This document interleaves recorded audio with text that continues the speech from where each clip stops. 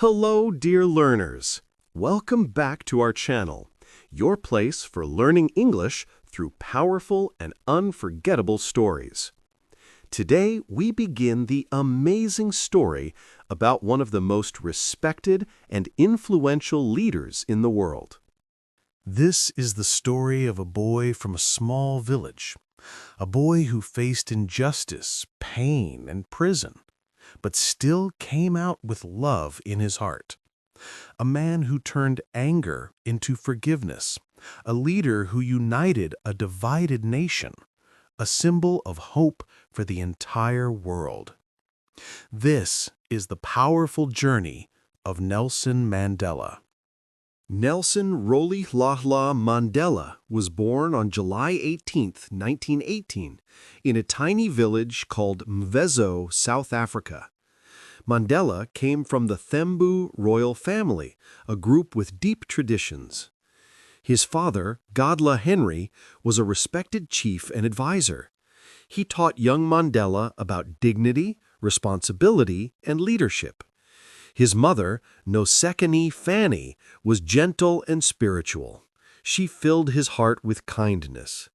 When Mandela was young, the family moved to Kunu, a peaceful village surrounded by hills. He loved playing with friends, making clay animals, herding cattle, and listening to stories told by the elders. These stories were about warriors, courage, and honor. They planted in him a dream of justice. But when Mandela was only 9 years old, his father died. This moment changed everything. After his father's death, Mandela's life took a dramatic turn. His mother took him to live with Chief Jongintaba Dalindyebo, the acting king of the Thembu people. The chief treated Mandela like his own son. Living in the royal household gave Mandela his first real exposure to leadership, debates, and traditions. Here he saw how leaders listened, decided, and protected their people. Mandela began school, where a teacher gave him the English name Nelson. At this time, it was common for African children to receive English names from their teachers. Mandela later attended the elite Fort Hare University, known as the African Oxford. He studied hard. He believed education is the most powerful weapon you can use to change the world. As he grew older, he saw that his people were treated unfairly.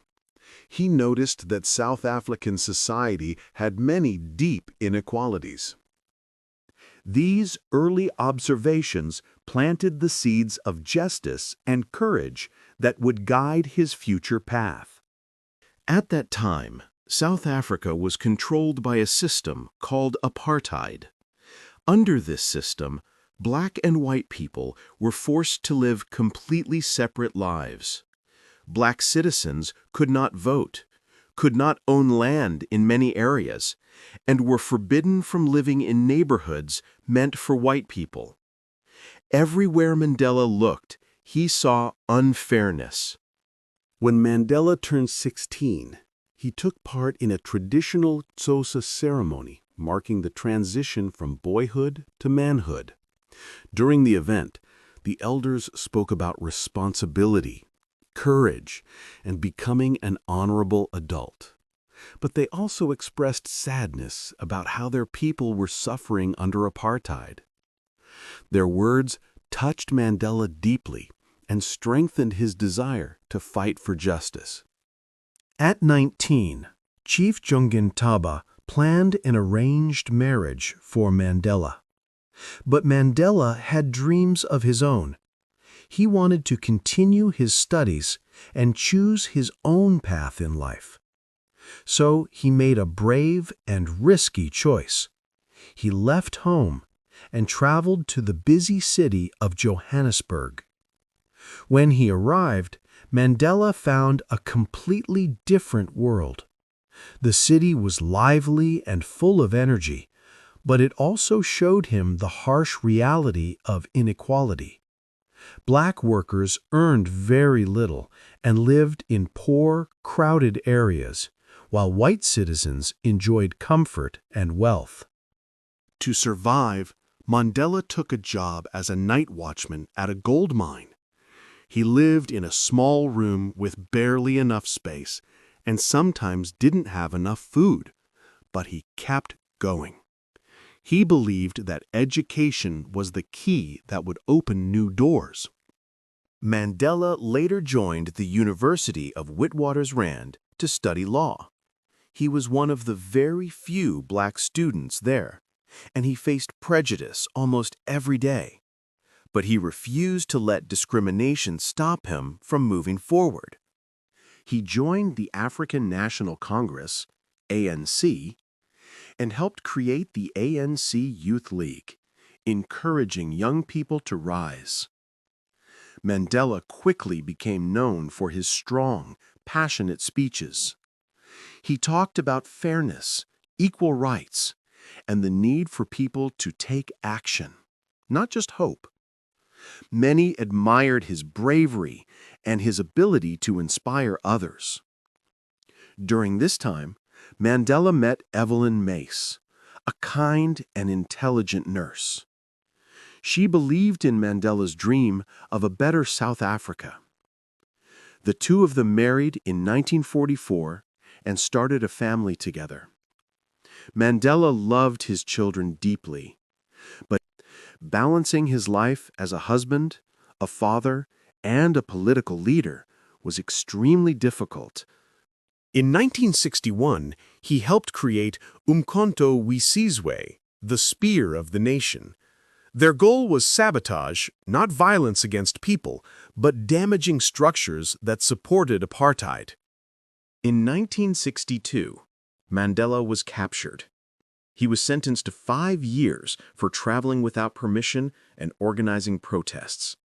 But while he was in prison, police found secret documents at a farmhouse in Rivonia describing plans for sabotage. This led to the famous Rivonia trial. The government wanted the death penalty. Mandela stood in court and said, "I have fought against white domination and I have fought against black domination. I believe in a free and fair South Africa. It is an ideal for which I am prepared to die." The court sentenced him to life in prison. Nelson Mandela was sent to Robben Island, a cold, windy prison near Cape Town. His cell was tiny, no bed, no toilet, only a thin mat and a bucket. He worked every day breaking rocks in the sun. He could receive only 1 letter every 6 months and just 2 short visits each year. When his mother died and later his son passed away, he was not allowed to attend their funerals. But Mandela did not break. He studied, taught other prisoners, and even learned Afrikaans, the language of the prison guards, to understand the system better. Slowly, even some guards began to respect him. In their eyes, he was becoming a leader, even behind bars. After 18 years on Robben Island, Mandela was moved to other prisons, Pollsmoor and Victor Verster. The government wanted to hide him, but the world already knew his name. During the 1980s, countries cut trade with South Africa. Celebrities raised their voices. Millions marched in the streets. People shouted, "Free Nelson Mandela!" Inside prison, he was offered freedom if he agreed to stop the struggle. He refused. "I cannot be free while my people are still not free." On February 11, 1990, after 27 years in prison, Nelson Mandela walked out a free man. He was 71 years old, holding the hand of his wife, Winnie. Crowds cheered. The world, watched with hope. A nation waited for healing. Apartheid was still the law, but Mandela was ready for real change. From 1990 to 1993, he and President F.W. de Klerk held long, difficult negotiations. There were moments of fear and violence, but Mandela stayed calm and steady. He wanted one nation, one equal vote for all, a future built on justice, not revenge. Finally, apartheid laws were removed in 1993. And in 1994, South Africa held its first democratic election.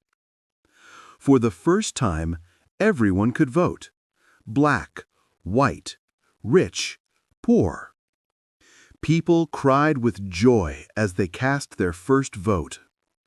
And on May 10, 1994, Nelson Mandela became the first black president of South Africa. Mandela did not govern with anger. He led with kindness and humility. He even invited people who once imprisoned him to help build a government of unity.